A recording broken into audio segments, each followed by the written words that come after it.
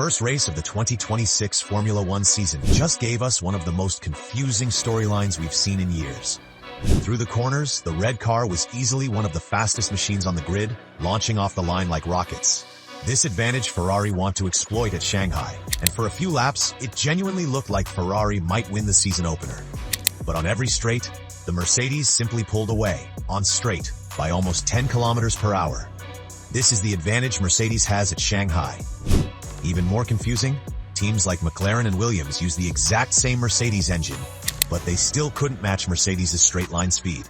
Which means one thing, this will gonna be Ferrari versus Mercedes. Mercedes may have discovered something in the new 2026 regulations. Something inside the hybrid system, the software, or the way the battery power is deployed. But Ferrari were still fighting them. And with the next race heading to Shanghai, a circuit with one of the longest straights where Mercedes has advantage, coupled with a few round corners where Ferrari has advantage, will give us unique racing. To understand what is really happening right now in Formula One, we need to uncover a few things. First, why Ferrari might actually have the best car on the grid. Second, the mysterious power advantage that Mercedes seems to have unlocked. Third, the technical battle that could define the entire future of Formula One. And fourth, why Shanghai is a fascinating track for these new regulations, and how this could completely change the championship picture. By the end of this video, you will know more than 99% of F1 fans watching this weekend. When the race started, both Ferraris launched extremely well off the grid. In fact, data from the start showed Ferrari had one of the fastest 0 to 200 km per hour launches on the grid. Even George Russell admitted before the race, right next to you. So who's going to be the biggest threat to victory today? Well, I think Ferrari can start anywhere in the top 10 and they'll probably be leading by turn 1. So we need to keep our eyes out for them. They're a rocket off the line. But we don't know. I'm sure Kimi's going to be fast. Hajai did a great job for Ferraris, Oscar as well. So let's see. Best of luck, mate. Thanks so much. Cheers. and those fears turned out to be correct. Within the first few corners, Ferrari had already moved into the fight for the lead. But the real strength of the Ferrari was visible in the corners. According to telemetry comparisons, Ferrari carried higher minimum corner speeds than several rival teams. Even McLaren's Lando Norris admitted after the race, Ferrari probably have the best chassis on the grid right now. Through the corners, they are unbelievable. And if you look at the tire data, that theory starts to make sense. Analysis showed Ferrari had some of the best tire degradation rates in the race. Their lap times stayed remarkably consistent throughout their stints, which normally is a sign of a very well-balanced car. But despite all of this, Ferrari still didn't win, and the reason lies in something far more complicated. Under the 2026 regulations, Formula One engines changed dramatically. These cars still produce around 1,000 horsepower, but the balance of power is now very different. Almost half of that power comes from electricity. The hybrid system can deploy up to 350 kilowatts of energy. That's about 470 horsepower from the battery alone, which means managing that energy has become one of the most important skills in Formula One. Drivers have to constantly decide when to deploy power, when to recharge the battery, when to conserve energy. But the Australian Grand Prix revealed something surprising. Mercedes appear to have a massive advantage in energy deployment. At the end of the long straight in Melbourne, Mercedes cars were reaching speeds up to 10 kilometers per hour faster than their rivals. And according to technical estimates, that difference could be equivalent to roughly 60 extra horsepower in those moments. But here's where it gets interesting.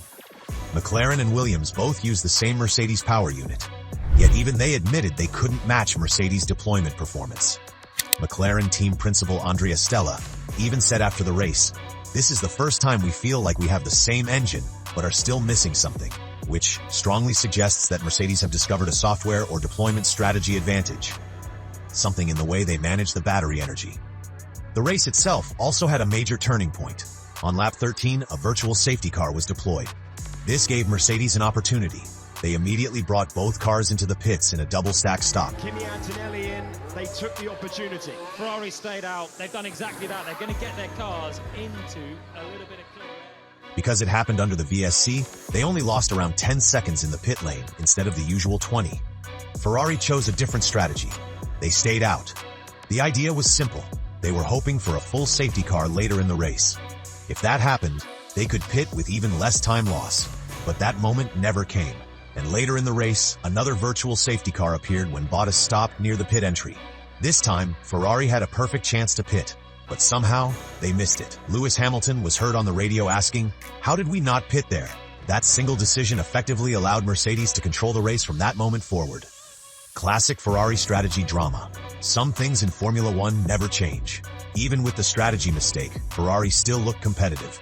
For much of the race, Ferrari were only 2 to 3 tenths per lap slower than Mercedes, which is far closer than many expected after qualifying. In fact, at one stage, Hamilton was closing in on Charles Leclerc at nearly half a second per lap. And by the end of the race, Hamilton finished only 6 tenths behind Leclerc. Charles Leclerc completing the podium. Lewis Hamilton only 6 tenths of a second behind.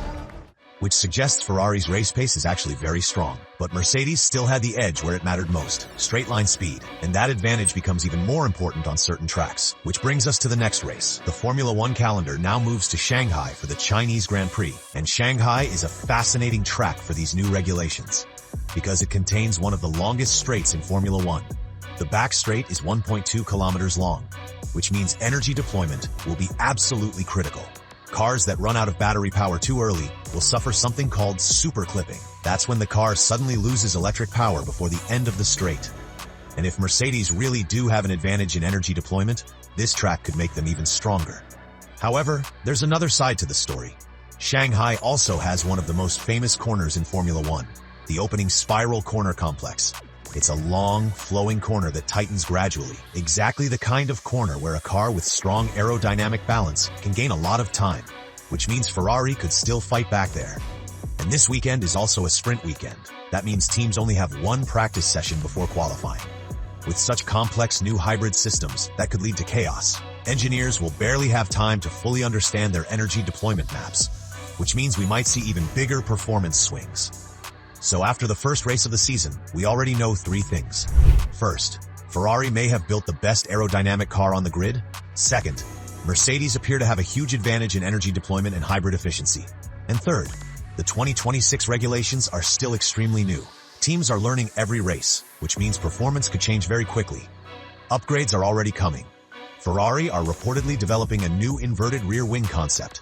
Mercedes are rumored to have additional power unit optimizations still hidden. And other teams are still trying to understand the new hybrid systems. So the real fight of 2026 might not just be about drivers. It could be about who solves the engineering puzzle first. Right now, the championship battle is only just beginning. Ferrari have built a car that might dominate the corners. Mercedes may have unlocked the secrets of the new hybrid era. And with the next race heading to Shanghai, we're about to find out which philosophy is stronger. Because if Mercedes' power advantage grows on that massive straight, they could take control of the season very quickly. But if Ferrari's cornering performance starts to translate into race wins, then the championship fight could become one of the most exciting battles Formula One has seen in years. And with teams still learning these complex new cars, the story of 2026 might only just be getting started. Drop your prediction in the comments. Is this the season Ferrari fans were waiting for? Or this is going to be another Mercedes-dominant era? And if you made it to the end of this one, you already know more about this story than 99% of F1 fans watching this weekend. Like, subscribe, I'll see you in the next one.